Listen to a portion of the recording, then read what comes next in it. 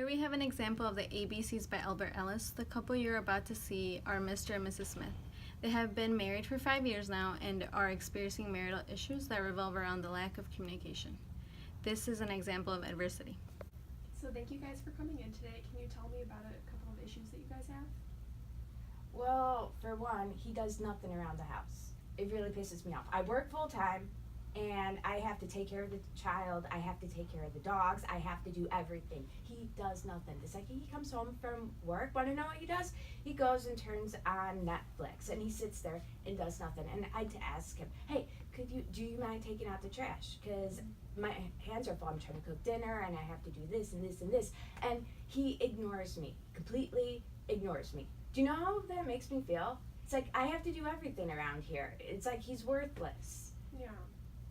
Do you have anything to say about that? I'm just really tired when I come home from work, and she just yells at me all the time. She doesn't ask me nicely. She just yells. You know at me what? all the No. time. I work full time too, so do not even give me that crap. Because guess what? I work full time and I do a lot more than you. And guess what? My job is a lot more demanding than yours. You just sit in a desk all day and go type, and you might pick up like a phone call to your boss. So don't even give me that. And this is why I just ignore her, because it's better that I don't say anything. And how do you feel about that when he ignores you?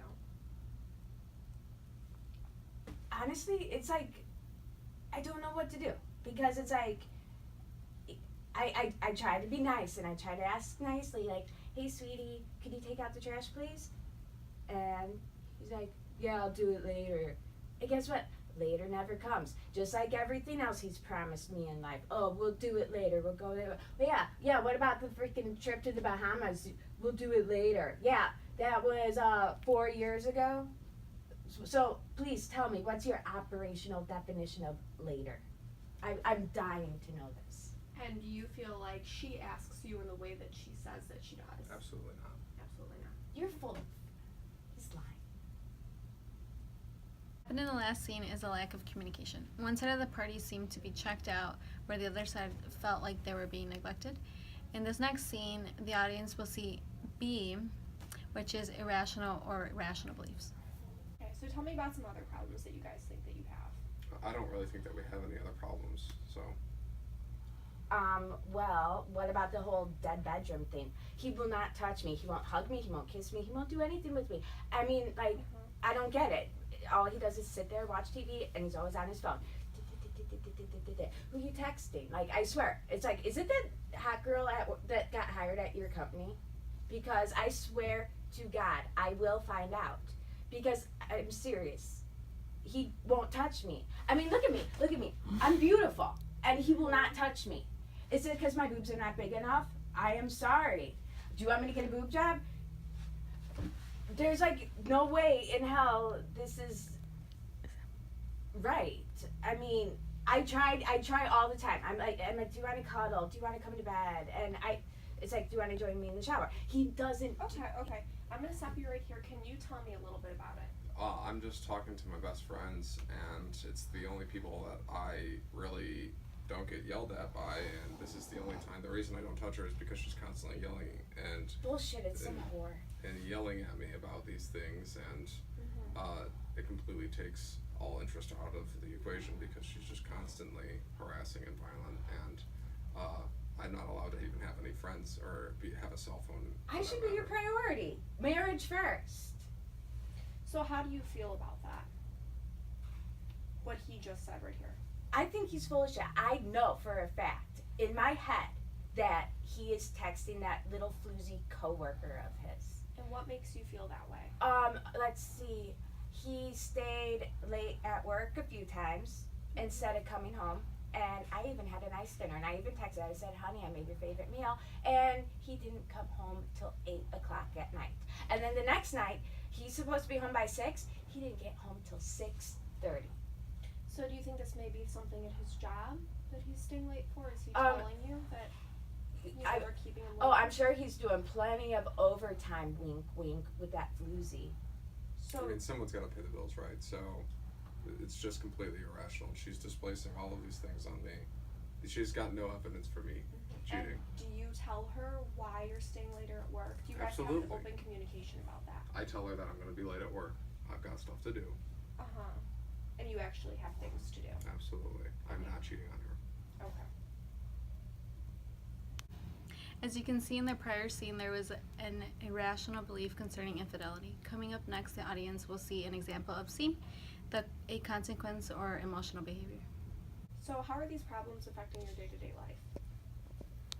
Well, I'm exhausted all the time. I'm stressed out. I feel like I need a box of wine every night just to put up with his worthless ass. My daughter, our daughter is, even though I'm the one that does all the work, is doing bad in school now. She's acting out. She's like throwing things, having like tantrums, and she's like constantly like having like really bad attitude problems, and it's always in my face, and I am so sick of it, and it's all his fault for not being involved and just sitting there ignoring everything, watching television, and probably texting his little work whore. Do you think that this is affecting your daughter as well? I think that her grades are suffering because she learns the stuff from her mom that she can just focus all of her problems and displace them on other people and not take responsibility for why things are happening.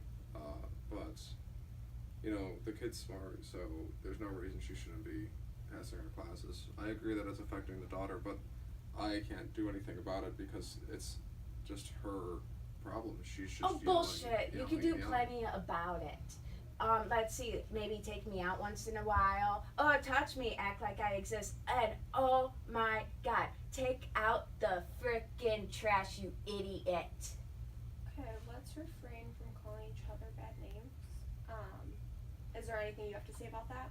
So this is just an example of how she is. It's borderline domestic abuse because she doesn't feel heard, but I do everything that I can, like work and pay all the bills and provide for the house, and she just finds every problem that she can.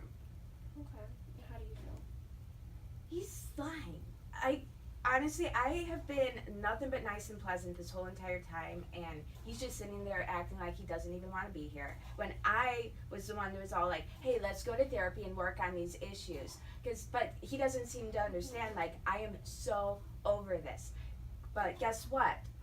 There's this thing called divorce, and I am going to make sure I get the meanest, most sharkiest lawyer out there, and I am going to get everything. I'm going to get the house, I'm going to get the cars, I'm going to get all the money, and guess what? I'm going to get your little dog too. Okay. Here we have witnessed an example of the ABCs by Albert Ellis. The couple you have seen were Mr. and Mrs. Smith.